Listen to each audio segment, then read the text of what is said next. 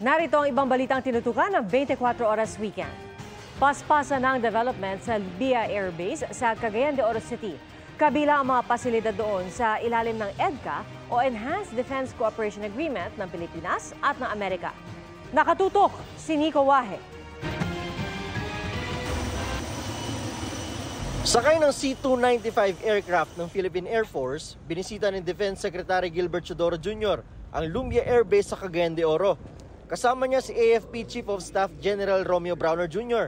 Ayon sa kalihim, minamadali na ang development ng airbase at plano makumpleto ito sa 2026. Papaspasan namin yung pag-develop dito kasi kailangan lumipat ang 15th Strike Wing dito. Ito ang home ng 15th Strike Wing. Magiging maintenance base ng 15th Strike Wing, magiging training base ng 15th Strike Wing, at dito ibabahay ang kanilang mga assets. Bukod sa magiging base ito ng 15th Strike Wing na attack unit ng Air Force, magiging center rin ito ng disaster response ng Northern Mindanao, kasama ang proposed naval base sa Taguluan, Misamis Oriental.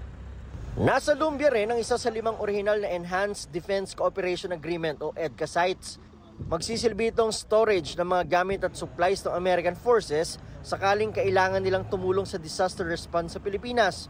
May mga ginagawa ng gusali sa airbase bilang bahagi ng EDCA. Gaya nito magiging parte ng air traffic control na ina-upgrade ngayon.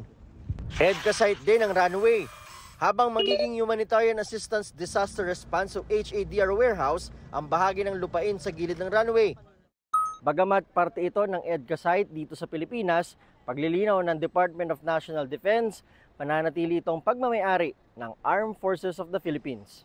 Bukod sa Lumbia Air Base, pinapaspasan na rin daw ang development sa 8 pang mga EDCA site. Sa ibang EDCA sites, may problema sa titulo, may problema sa papeles na kailangan ayusin.